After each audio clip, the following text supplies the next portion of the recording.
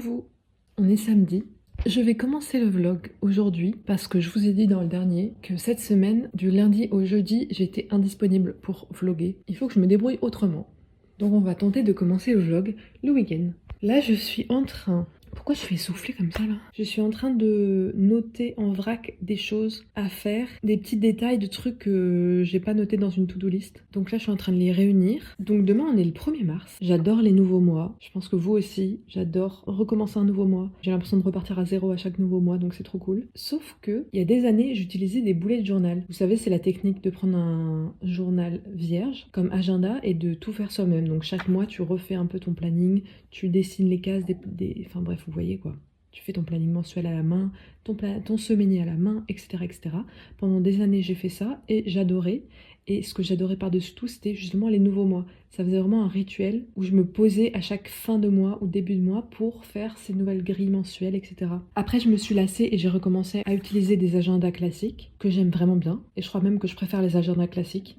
Mais il me manque ce petit rituel de début de mois dans ces agendas classiques. Et d'ailleurs, cette année, j'ai pris le Muji et j'avoue que je l'aime pas trop. Je préférais largement l'agenda de l'année dernière, qui était un agenda édité par Sofia Coppola, trop classe déjà.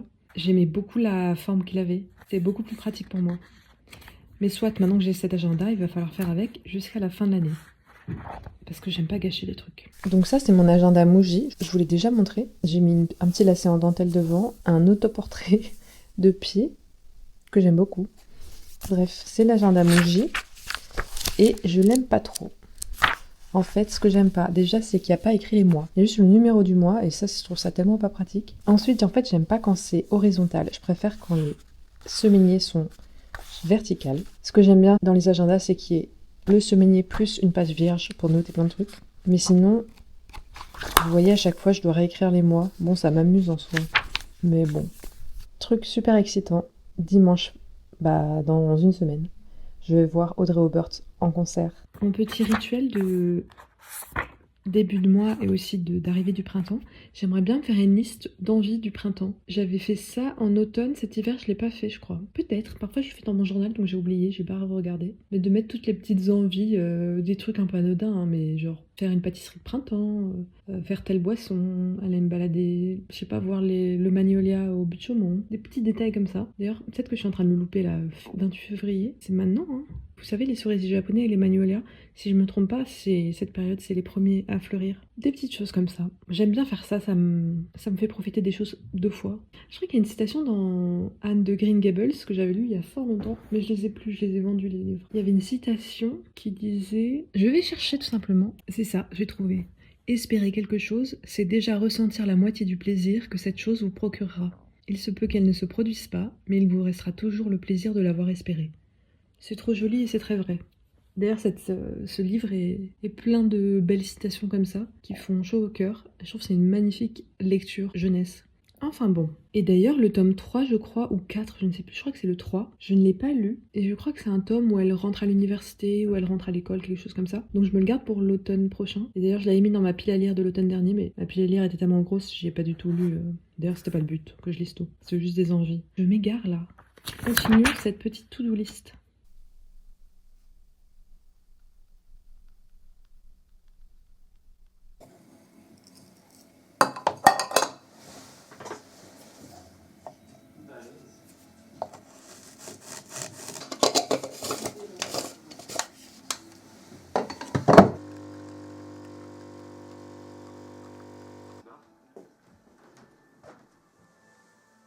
J'ai pris mon journal, que j'aime tant, qui sont toujours aussi bons.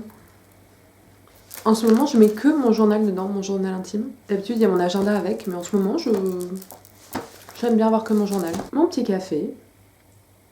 Je crois que je vous l'ai déjà raconté, mais bon. Ces petits bols, ce sont des bols qui viennent du pain quotidien et qui datent du lycée. Donc, ils ont 15 ans.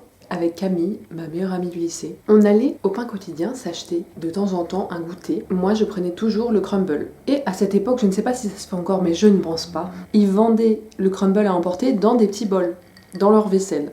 Ce qui est improbable, ils donnaient leur vaisselle avec. Et donc, j'ai 4 bols qui viennent de là-bas. Et je les aime toujours autant. Je me demande si c'est encore cette vaisselle qu'ils ont. Et à l'époque, je buvais que des laits russes. Les lait russes à Bruxelles, c'est l'équivalent d'un café latte. Ça s'appelle lait russe, je ne sais pas pourquoi. Je prends mon journal pour faire avec vous la liste de mes envies de printemps. Juste pour le plaisir de faire ça. Où est mon stylo? Alors, envie de printemps. Déjà, j'ai envie de faire un ménage de printemps. Je fais partie de celles surtout malheureusement, parce que je pense que c'est genré comme... Enfin, ça m'a été inculqué de par mon genre, mais je fais partie de celles que ça apaise de faire le ménage, de trier, ranger, dépoussiérer des trucs, laver des trucs en profondeur. J'ai pas tout le temps l'énergie de le faire, mais ça me satisfait grandement, donc ça me fait sentir mieux dans ma tête. Et le concept de ménage de printemps est très romantique, n'est-ce pas? Donc ménage de printemps, j'ai envie de faire une pâtisserie de printemps, enfin un dessert de printemps, je ne sais pas quoi. Ça peut être juste un petit cake ou quelque chose, ça sera forcément dans mon livre de recettes de Caroline Millet. Vous commencez à me connaître maintenant, je suppose, si vous êtes là. Évidemment, lire un livre de saison. Je ne sais pas encore lequel ce sera. Regarder un film aussi. C'est toujours un peu les mêmes envies que j'ai chaque saison. Genre, regarder un film de cette saison, lire un livre de cette saison. Voir le Magnolia débute. Je sais pas exactement si c'est un Magnolia, mais ça m'y fait penser. Prendre le temps de regarder des fleurs, ça fait tellement longtemps qu'on n'en a pas vu. Quoi d'autre? Bon, ça fait partie du ménage de printemps, mais tri de mon dressing. J'ai pas énormément de choses dans mon dressing, mais j'aime bien quand même trier. Qu'est-ce que j'ai envie d'autre? J'ai regardé sur Pinterest, souvent il y a des petites listes, ça m'inspire. Et ça me fait penser à des choses auxquelles je pense pas là. Faire un pique-nique. Ah si, je sais, je veux m'acheter une tasse. J'aimerais trop avoir une petite tasse avec soucoupe qui soit fleurie. J'ai pas ça. À chaque fois que je fais ce genre d'activité, je sais pas si vous êtes pareil, mais je pense dans ma tête, en plus là je me filme donc je suis encore plus consciente de ça, je me dis à quel point c'est trivial. Je crois pas que ce soit trivial le mot, c'était frivole que je cherchais comme mot. Donc à quel point quand je fais ce genre de choses, ça me paraît tellement futile et frivole par rapport au monde dans lequel on vit, qui est tellement en chaos. Je pense que chaque génération a son lot de chaos et de... Mais on est bien servi, nous, hein, franchement. Donc je pense à ça. Quand je fais ce genre de truc, genre, j'ai envie de m'acheter une petite tasse fleurie. Et genre, la merde dans le monde, les guerres, la misère, le fascisme. Retournons à ma petite liste Pinterest. J'ai envie de mettre retrouver Paris au soleil. Enfin, retrouver Paris tout court en fait, retrouver la ville. Parce que je sors tellement plus maintenant. Enfin, normal, en hiver, on sort pas quoi. Oh, bah si, commander le livre de printemps de Caroline Millet. Et sûrement quelques petits trucs avec, genre, j'adore les marque-pages moi personnellement. Faire une balade dans la nature, ce serait vraiment très sympa. Je ne sais où. Bon, bah je crois que c'est tout. Et c'est parfait. Voilà ma petite liste. Je viens de penser à un truc que j'ai pas noté, c'est repriser mes chaussettes. Ou repriser quelque chose. Je vais mettre mes chaussettes parce que c'est... J'ai plusieurs chaussettes avec des trous. Moi, c'est une des choses qui me fait sens en ce monde chaotique. C'est prendre soin des objets que j'ai, que je possède. C'est une des choses, je sais pas, qui fait sens dans ce monde de surconsommation et de... J'ai même pas de mots pour le décrire tellement c'est anxiogène et n'importe quoi ce qui se passe dans le monde. Je profite maintenant dès qu'il y a un rayon de soleil pour ouvrir en grand ma fenêtre, déplacer mon fauteuil et me mettre là. Je vais écrire un peu dans mon journal.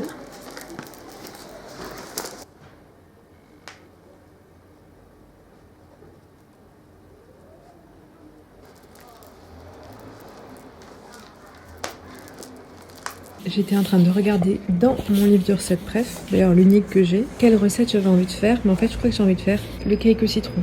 Et j'adorerais avoir un moule à madeleine, mais je n'en ai pas. Peut-être que je vais rajouter ça dans ma liste de printemps. Je pense que je vais lire un peu Harry Potter au soleil. Et voilà, la vie est belle. Je vais aller m'acheter de quoi faire le goûter. Et aussi, en même temps, je dois aller faire imprimer des documents que je dois envoyer à l'URSSAF. Ça, c'est le truc chiant administratif. C'est drôle, la dernière fois que je parlais d'administratif, j'étais exactement là, avec ma caméra. Donc je dois trouver une enveloppe. Je me demande si... J'ai trouvé l'adresse. C'est URSSAF Limousin. Mais c'est plus ça l'adresse, la merde. J'ai écrit Ursal. Chloé, c'est pas possible. Est-ce qu'on peut rayer sur une enveloppe? J'ai 30 ans, je sais même pas cette information. J'arrive pas à croire que en 2026, on a encore besoin d'envoyer des trucs par la poste. C'est absurde. Genre, on peut pas envoyer un mail avec les mêmes documents. Amen. Voilà, je vais imprimer les documents, les mettre dans cette petite enveloppe et roule ma poule.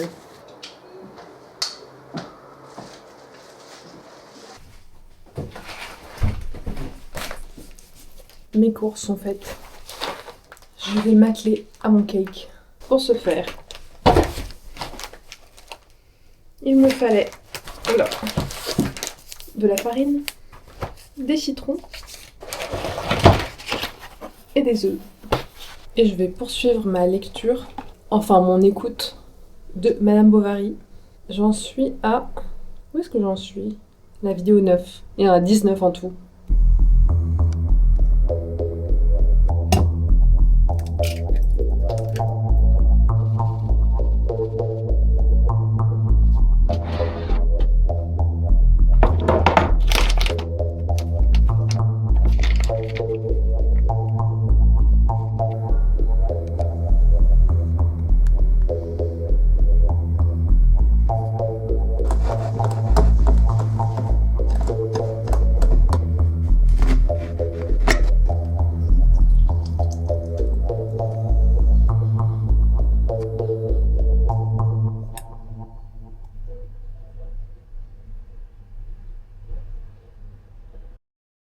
On est lundi, je vais aller prendre mon train pour Bruxelles, à la gare du Nord. Je la connais tellement par cœur cette gare. Et ce week-end, j'hésitais grave à quelle lecture prendre pour ces quelques jours à Bruxelles. Parce qu'en ce moment, je suis en train de lire le tome 4 d'Harry Potter. Mais vous voyez, j'ai lu 100 pages, donc je suis pas bien avancée. Mais c'est une lecture réconfortante. Et à la fois, j'ai trop envie d'une lecture de printemps. Donc hier, je suis allée en librairie parce que dans ma bibliothèque, dans tout ce qui me reste à lire, il n'y avait rien qui m'inspirait trop. Et j'ai pris Le Lys dans la vallée de Balzac. Et pour moi, cette lecture m'inspire vraiment le printemps. Je crois que c'est très champêtre, quoi. C'est aussi un livre sur un amour entre un homme plus jeune et une femme plus âgée. Et donc, ça revient à ce dont je vous parlais sur mon petit rabbit hole sur Laure de Berny, la première amante, femme, muse, mécène de Balzac. Donc elle a inspiré ce livre-là. Donc après La femme de 30 ans, aussi inspirée par elle, ça me paraissait évident. Mais pourtant, j'arrivais pas à me bon, c'est pas très intéressant, mais j'arrivais pas à me décider à prendre ce livre avec moi. En fait, je me suis rappelé que j'avais trouvé sur internet la biographie de Balzac et Laure de Berny par Geneviève Ruxton, je ne sais pas qui est cette dame, une biographie du début du 20e. Et en fait, j'ai commencé à lire ça hier soir, avant de dormir, et je me suis plongée dedans à 100%. Ce qui fait que je prends Harry Potter pour avoir une lecture réconfort, mais aussi je sais que j'ai cette lecture balzacienne, et j'adore. Donc en fait là, ça raconte le début de la vie d'homme de Balzac, donc à partir de ses 20 ans, sa vingtaine d'années. Et j'aime trop. C'est pas magnifiquement bien écrit, mais ça se lit bien. Ça suit, notamment, ça m'a fait tellement de peine pour Balzac, le moment à 20 ans où ses parents ont déménagé de Paris, ils sont allés à Villeparisis, où il va rencontrer du coup Laure de Berny. À 20 ans, ses parents lui ont dit, bah t'as fait tes études de droit, maintenant tu vas devenir je sais plus quel métier, genre notaire. Il avait une situation prête pour lui, et il a dit non, moi je vais être écrivain. Ses parents lui ont rayonné. Au final, après des disputes familiales, ils lui ont dit ok fils, tu as 2 ans pour réussir. Donc on te loue un appart pendant 2 ans à Paris et on verra au bout des 2 ans. Et en fait, il a écrit une pièce de théâtre, Cromwell, qui s'est avéré être un gros navet, un énorme échec pour Balzac. Il a passé 2 ans dans son appart à rien faire que de travailler, d'être enfermé à travailler, à rêver d'avoir une maîtresse dans le futur, une amante, une amoureuse, mais il ne pouvait rien. Pour l'instant, il n'avait rien. Pour au final que ce soit un échec total et qu'ils doivent revenir chez ses parents en disant « Vous aviez raison, j'ai raté ». Et c'est là, quand il rentre à Villeparisis, je sais pas si je prononce bien cette ville, Villeparisis, qui va rencontrer Laure du Berny, cette femme de 43 ans alors qu'il en a 22 ou 23. Voilà, encore dans ma fascination Balzac. Et je vous l'ai déjà dit, mais j'aime trop lire des biographies. Mais en tout cas, première lecture, collection de printemps, celle-ci. D'ailleurs, j'avais fait la collection d'été, parce que ma collection d'été, je trouve qu'il y a tellement d'œuvres qui sont été. Mais les autres, c'est difficile de les classer en saison. Et j'aimerais bien, au fur et à mesure de la vie, de constituer mes petites collections saisonnières personnelles. J'ai l'impression que celle-ci va être dans le printemps. Si je me concentre, peut-être, je vais réussir à en pondre une de l'hiver, vu que l'hiver est passé. En fait, je pense que définitivement, Sylvia Plath, c'est l'hiver. Et malheureusement, les tulipes de Saint-Valentin qui sont ici, eh bien, elles sont mortes. Mais j'ai réussi à en récupérer une que j'ai collée dans mon journal à temps avant qu'elle ne sèche. Bon, Bye. J'espère que je pourrai filmer un peu à Bruxelles, mais je ne pense pas que j'ai le temps.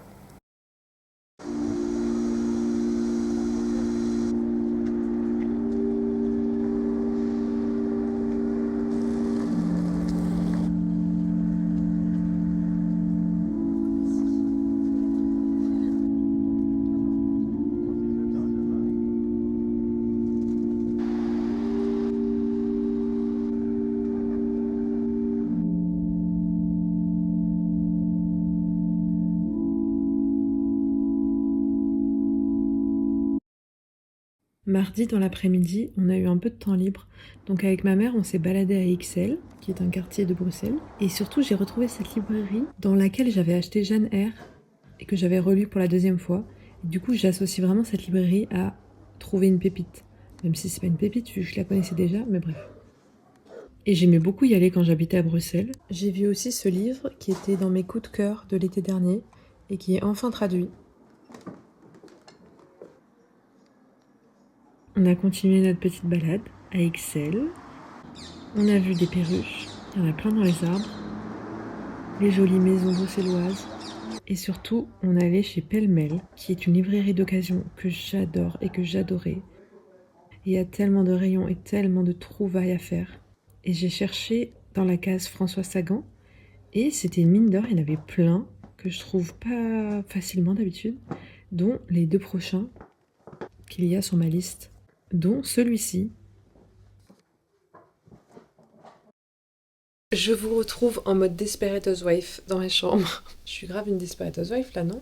On va aller résoudre le meurtre de mon ami. D'ailleurs, en parlant de Desperate Housewife et de suicide de son ami là, je crois qu'au début de Desperate Housewife, dans les premiers épisodes, elles ont un club de lecture dont on n'entend plus jamais parler après. Et je crois que le livre qu'elles lisent, c'est Madame Bovary, en lien avec Marie-Alice. J'ai commencé à regarder cette série quand j'étais en 6e ou en 5e. Je crois que ça passait à la télé tous les lundis soirs, il y avait 2 épisodes. Et après, le mardi matin, avec mes copines, on en parlait dans la cour du collège. C'était notre passion. Et depuis, c'est devenu mon hyperfixation. Je l'ai écouté je sais pas combien de fois.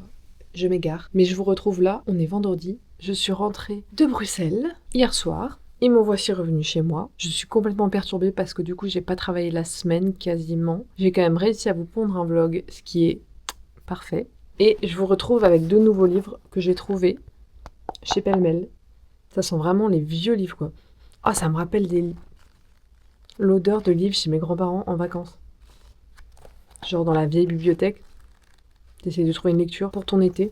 Bref, je suis en quête de lire François Sagan dans l'ordre chronologique de ses parutions parce que je l'ai découverte vraiment bien après la guerre avec Bonjour Tristesse cet été. Et les 2 prochains sur la liste, je les ai trouvés au pêle-mêle. C'est Les Merveilleux Nuages et La Chamade.